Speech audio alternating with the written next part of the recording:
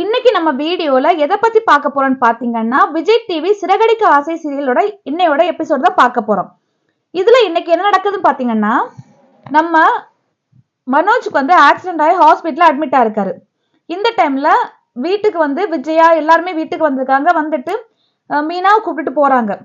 கூப்பிட்டு போனா மீனா வீட்டுல இல்ல. வீட்டுல இல்லன்னு சொன்ன உடனே கத்துறாங்க. பாத்தீங்களா, அவ இன்னைக்கு கூட பூ வைக்க போயிட்டா. நீங்க எப்பவும் வந்து அவ ரொம்ப வந்து பொறுப்பா இருப்பான்னு சொல்லுவீங்க இல்லையா? அவ வந்து இன்னைக்கு அவளுக்கு வந்து வேலைதான் முக்கியமா இருக்கு. இன்னைக்கு ஒரு நாளைக்கே லீவ் போட்டா என்ன ஆகுமான்னு சொல்லிட்டு ரொம்ப வந்து வாய்க்கு வந்தபடி என்னென்னமோ பேசிட்டே இருக்காங்க விஜயா.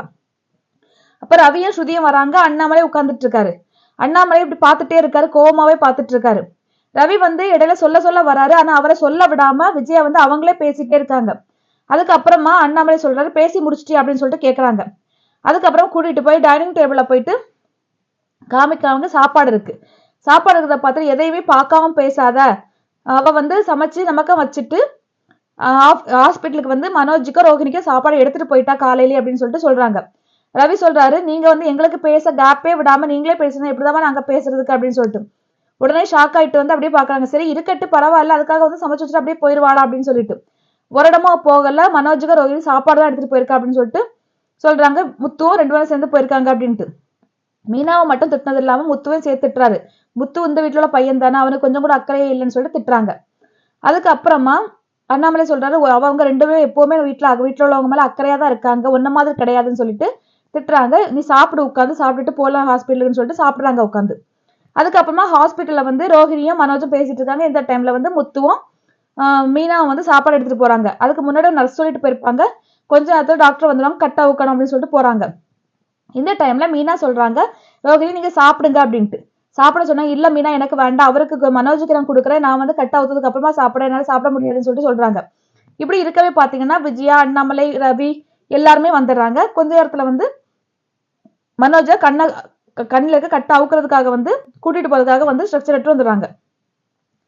போற உடனே பின்னாடி அழுதுட்டு ரோஹிணியும் விஜயா எல்லாருமே போறாங்க. உள்ள போலாமான்னு கேட்கும்போது உள்ள விடல, டாக்டர் கட் ஆகுறதுக்கு அப்புறமா கூப்பிடுவாங்கன்னு சொல்லி சொல்றாங்க.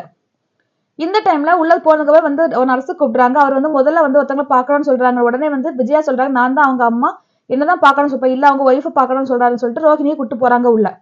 இந்த டைம்ல அண்ணாமலை வந்து வெளியே ஒரு பிள்ளையார் சிலை இருக்கு, அந்த பிள்ளையார் சிலை போய் கண் கலங்கி சாமி கும்பிடுறாரு.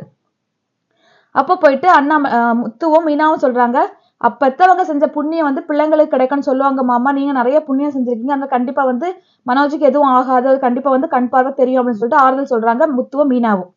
இந்த டைம்ல ரோஹிணி உள்ள போனதுக்கு அப்புறமா அவர் அழுறாரு, நான் தான் உன்னை முதல்ல பாக்கணும் ரோஹிணின்னு சொல்லிட்டு, ஒரு கண்டிப்பா கண்ணு தெரியும் மனோஜ் வருத்தப்படான்னு சொல்லிட்டு கட்டா வைக்கும் போது பாத்தீங்கன்னா அவரு கண்ணு தெரியுது.